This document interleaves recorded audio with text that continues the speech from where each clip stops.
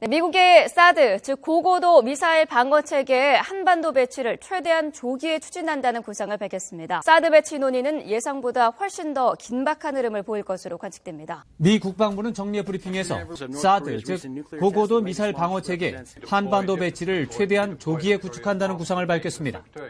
한국과 미국이 사드의 주한미군 배치 협의에 착수한다고 발표한 뒤 이틀 만입니다.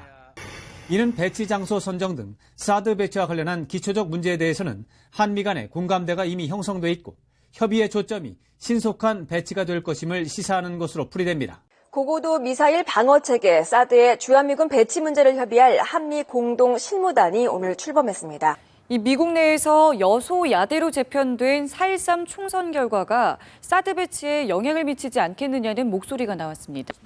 현지 시간 14일 미 하원 군사위원회 청문회에서 한국의 총선 결과가 사드 협의에 미칠 영향이 질문으로 던져졌습니다. 하지만 이미 배치 쪽으로 방향을 잡은 한미 간 협의가 틀어질 것으로 보지 않는다는 게 미국 정부의 답변입니다. 그러면서 한미 양국이 사드 포대가 들어설 부지 선정 문제와 비용에 대한 회의가 있었다고 설명했습니다.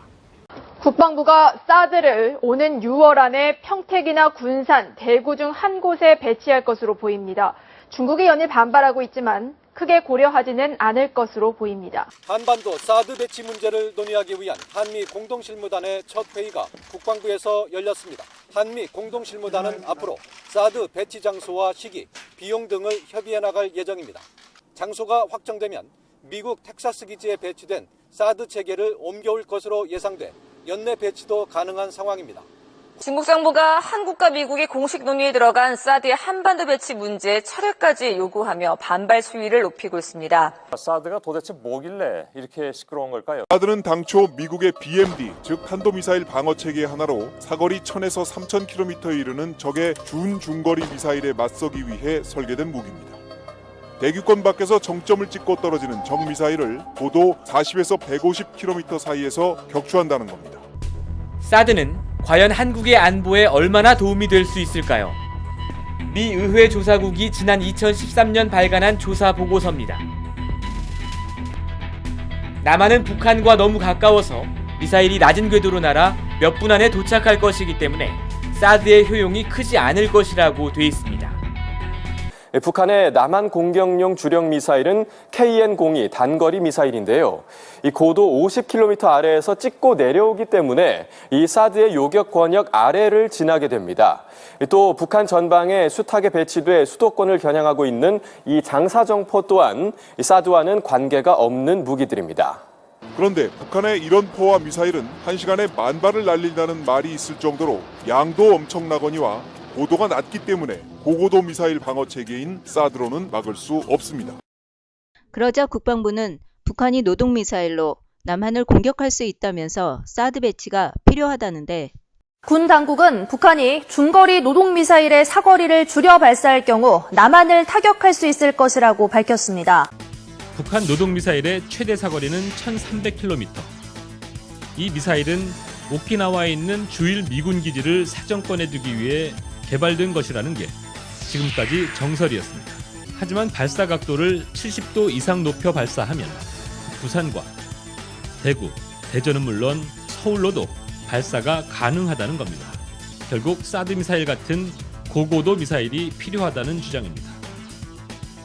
하지만 여러 군사 전문가들은 이 같은 설명이 이론과 가설로만 가능할 뿐 현실성이 떨어진다고 지적합니다. 지난 2014년 1월 유승민 의원이 주최한 토론회에서 공군 방공유도탄 사령부 이동원 대령은 발사각을 높이 쏘는 러프티드 방식은 비행시간이 길어지고 탄도탄 감시 추적이 용이하며 비행 자세 제어가 어렵고 또한 상승 단계에서 요격당할 가능성 때문에 핵탄도 공격 방식으로 채택할 가능성이 희박하다고 증언한 바 있습니다. 미국의 저명한 핵 미사일 전문가인 MIT 공대 시어도어 포스톨 명예교수가 인터뷰에서 이번 북한의 장거리 로켓은 상공에서 탄도와 로켓 몸체가 조각 나도록 진화해 사드로는 요격 가능성이 낮다고 잘라 말했습니다. 북한이 탄도미사일을 조각으로 분해할 기술력을 갖추고 있다는 것은 이번 로켓 발사로 입증됐습니다. 사드 요격기는 이 조각들과 실제 탄두를 분간해낼 수 없을 것입니다. 최근 우리 국방부가 14차례에 걸친 실험으로 사드의 효용성이 입증됐다는 주장에 대해서도 멈춰있는 표적을 대상으로 실시해 무의미하다고 반박했습니다. 그러면서 한국의 방공망 구축에 사드 기술은 전혀 도움이 안 될 것이라고 강조했습니다. 사드의 기술은 전혀 도움이 되지 않을 것입니다. 포스톨 교수는 특히 사드 레이더는 기술적으로 중국에 대항하는 미국의 미사일 체계의 연장선상에 있다고 강조했습니다. 2013년도에 우리 국방부가 미국의 사드 포대를 시찰하고 그 사드 운영 현황을 정확하게 수도권 방어에 대해서는 시뮬레이션 결과를 전혀 내놓지 못했어요. 그러니까 수도권 방어에는 사드가 전혀 무용지물이라고 하는 것입니다. 국방부가 오늘 군사적 효용성에서 미국 측 기준을 중요시하게 될 것이라고 밝혔습니다. 사드 배치가 결국 주한미군을 보호하려는 데 주된 목적이 있는 것이 아니냐 이런 해석이 나올 수 있어서 논란이 일고 있습니다. 사드의 군사적 효용성이 한국 기준인지 미국 기준인지에 대한 국방부 대변인의 답변입니다. 미 측의 기준을 가장 중요시 판단하게 될 겁니다. 왜냐하면 주한미군이 운용하는 거기 때문에 주한미군을 보호하려는 미국 측 입장을 우선적으로 반영하려는 게 아니냐는 해석을 낳았습니다.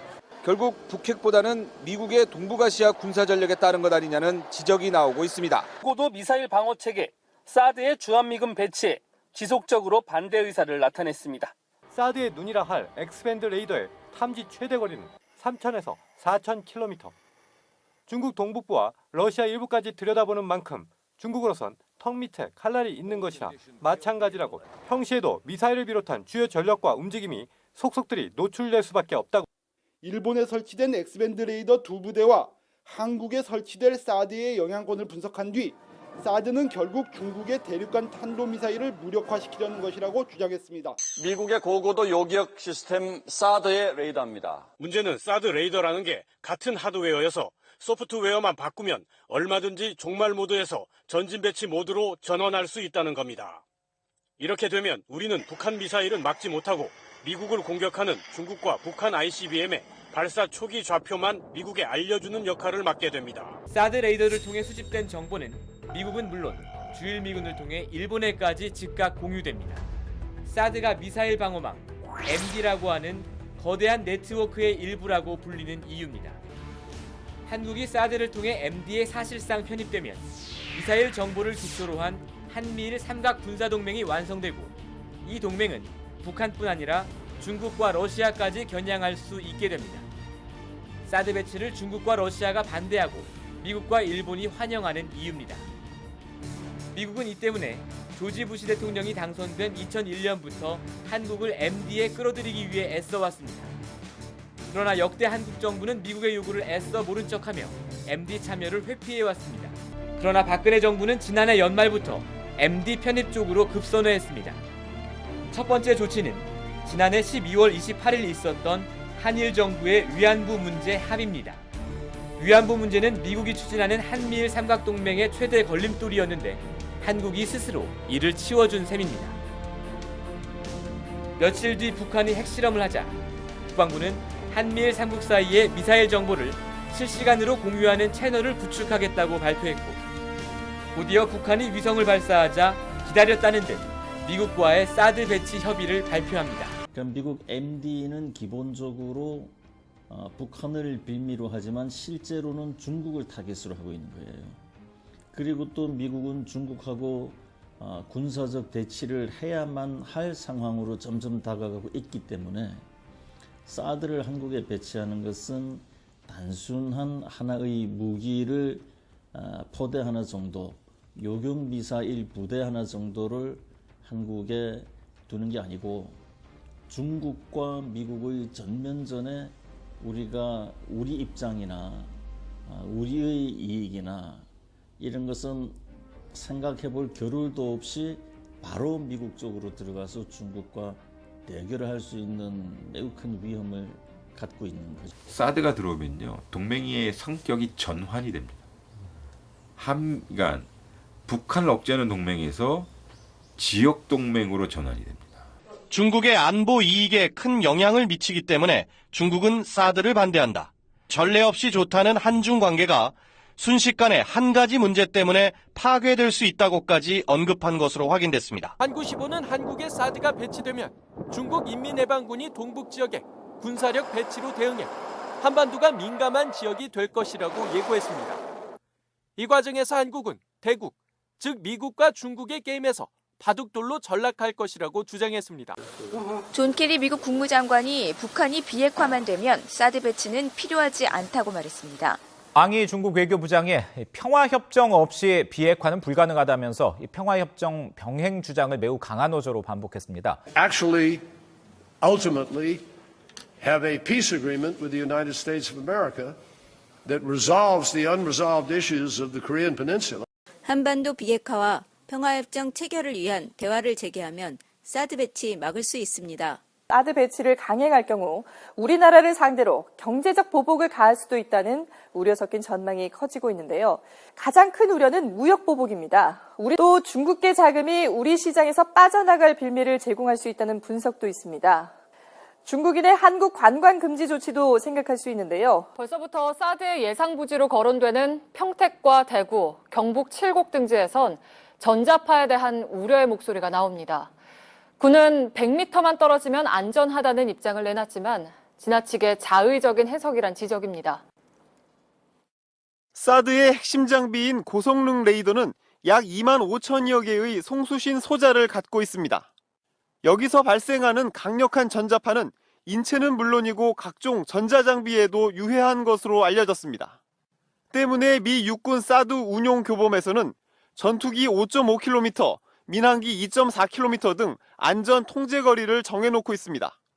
특히 3.6km 안쪽으로는 허가받지 않은 사람의 접근을 금지했습니다. 사드 엑스밴더 레이더가 설치된 일본 교토부 교카미사키 기지. 주민 토지 강제 수용, 강력한 전자파, 발전기의 저주파 소음 등 심각한 주민 피해를 낳고 있었습니다. 기지에서 300m 떨어진 오화 마을에서 만난 한 주민은 기지 주변에 가면 구토와 어지럼증을 겪는다고 호소하는 이들이 있다.